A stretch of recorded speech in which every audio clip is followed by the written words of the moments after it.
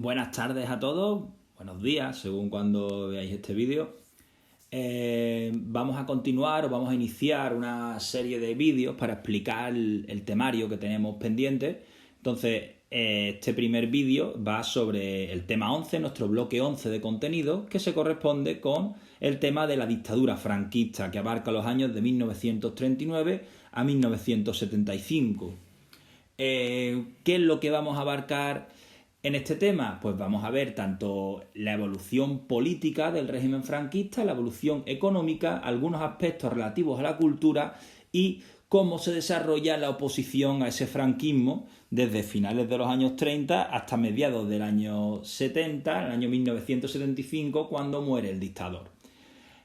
¿Qué es el primer elemento, la primera consecuencia que tenemos que ver en este tema para enlazarlo con el anterior, ¿no? Que si recordáis acabamos en la guerra civil?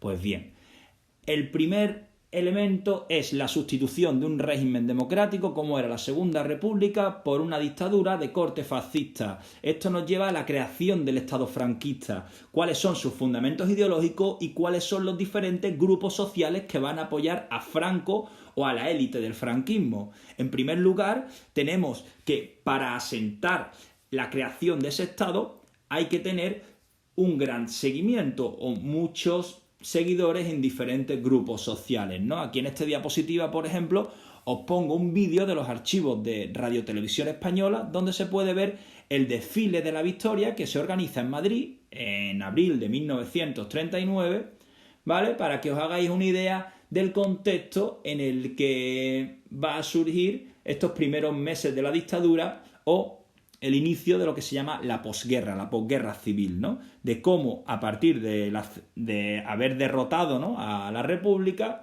Franco erige una dictadura, ¿no? Franco va a acaparar todo el poder, va a ser el jefe del Estado, el jefe del gobierno y el generalísimo de los ejércitos, ¿no?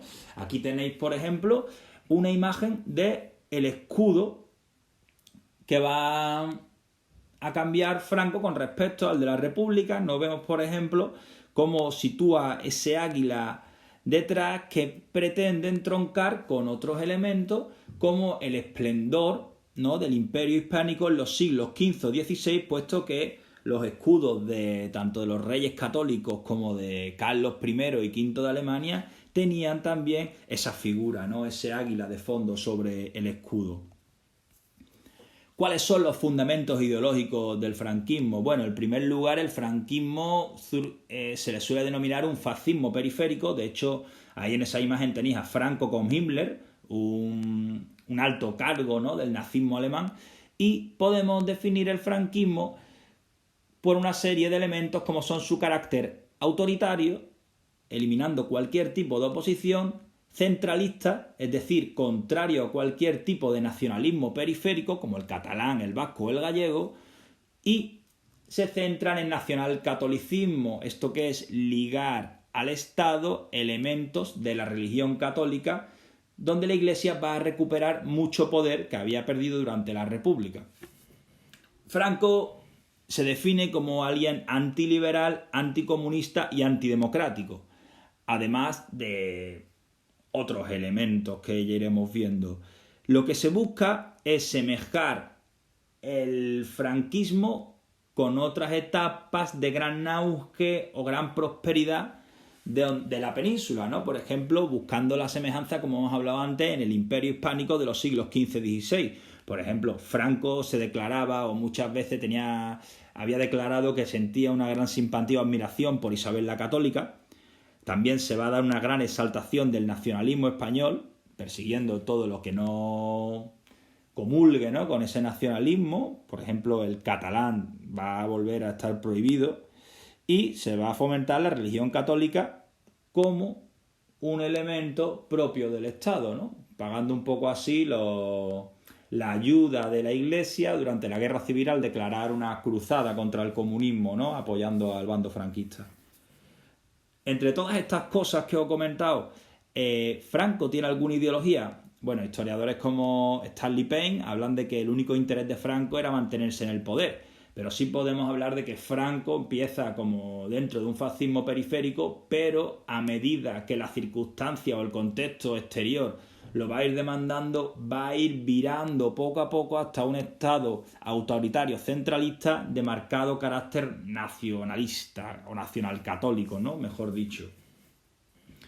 ¿Cómo funciona el sistema franquista en estos años? Pues bien, a falta de una constitución, las leyes o normas por las que se articula todo este sistema van a ser las conocidas como leyes fundamentales del franquismo. No son las únicas, pero va a haber otras importantes, o ya las iremos comentando, pero estas 7 que tenéis aquí, más una octava, ¿no?, que sería, ya la estudiaremos cuando lleguemos a la transición, son las que van a dar el carácter o las características generales de cómo funciona este sistema.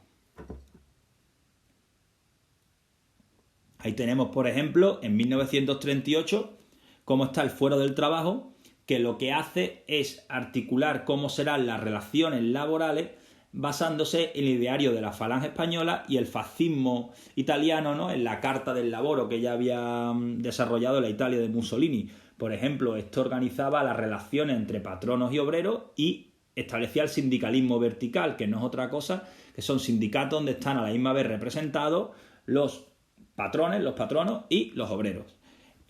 Otra ley, la ley de corte de 1942, se crean unas cortes franquistas que tienen muy poco poder de decisión, tienen un mero carácter consultivo para, digamos, aprobar las propuestas que le llegan desde la jefatura del gobierno del Estado.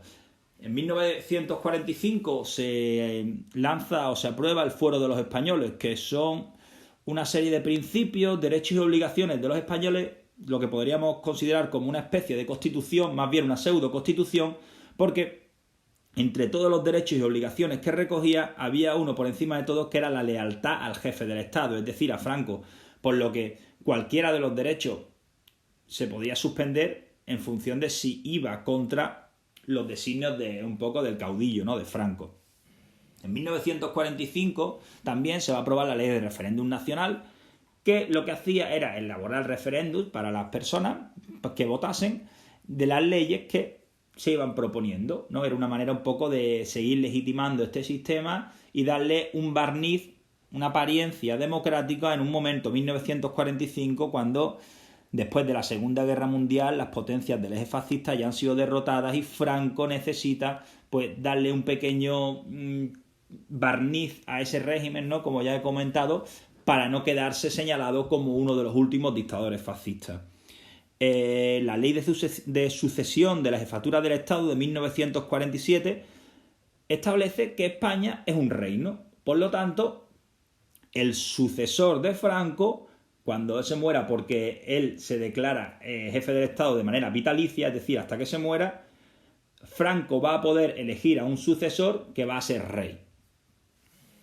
Por último, las dos últimas son en 1958 la Ley de Principios Fundamentales del Movimiento Nacional, que va a definir los ejes sobre lo que va a pivotar el sistema, o, digamos, establecerlo o justificarlo de todo lo que había venido desarrollándose. Por ejemplo, define el régimen como una monarquía tradicional, católica, social y representativa.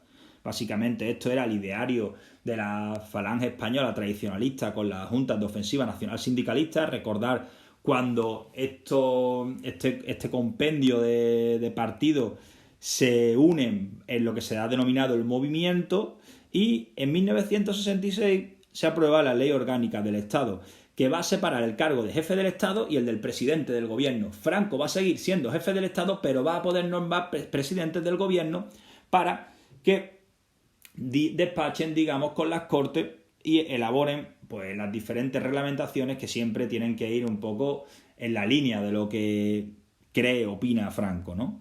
Por otra parte, las Fuerzas Armadas, el Ejército, se le da un gran poder a ser las garantes de la integridad territorial, no son los responsables de que el régimen o el país no se disgregue.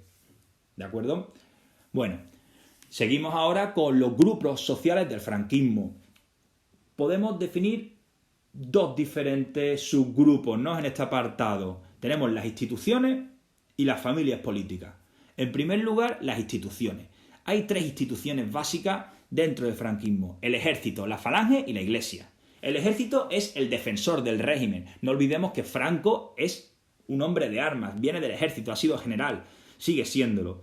La mayoría de los altos mandos va a compartir con Franco lo que se llama la ideología de la victoria, ¿no? El aplastar al comunismo y la mano dura en el orden público para establecer un régimen autoritario.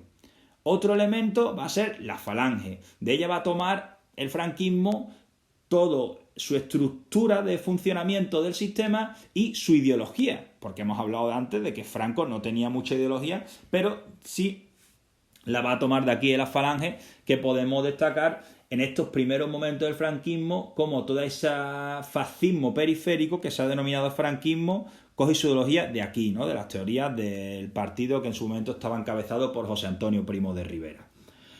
A partir de esta relación con el franquismo, la falange va a tener mucho poder e influencia a través de diferentes órganos, como por ejemplo el sindicato vertical, la sección femenina, ¿no?, para la mujer, y las organizaciones juveniles, ¿no?, de adoctrinamiento dentro del régimen franquista. Por último, la Iglesia. El franquismo va a pagar, digamos, el apoyo de la Iglesia durante la Guerra Civil, de esa cruzada contra el comunismo o el ateísmo marxista, en la medida que les va a devolver la organización o gran poder en la enseñanza, y los obispos van a participar en las cortes y en el consejo del reino. Por otra parte, tenemos las diferentes familias políticas, no confundir con las instituciones, porque dentro de las diferentes instituciones, por ejemplo, hay diferentes, digamos, tendencias, no ideologías, porque el franquismo tiene muy clara la ideología y no van a confrontar. Por ejemplo, están los monárquicos, que estaban divididos entre los carlistas, nuestros amigos los carlistas, ¿no?, desde el siglo XIX, y los donjuanistas. ¿Quién es Don Juan? Don Juan es el hijo de Alfonso XIII, y en un momento dado los donjuanistas van a apoyar un posible regreso a la monarquía encabezado por Don Juan.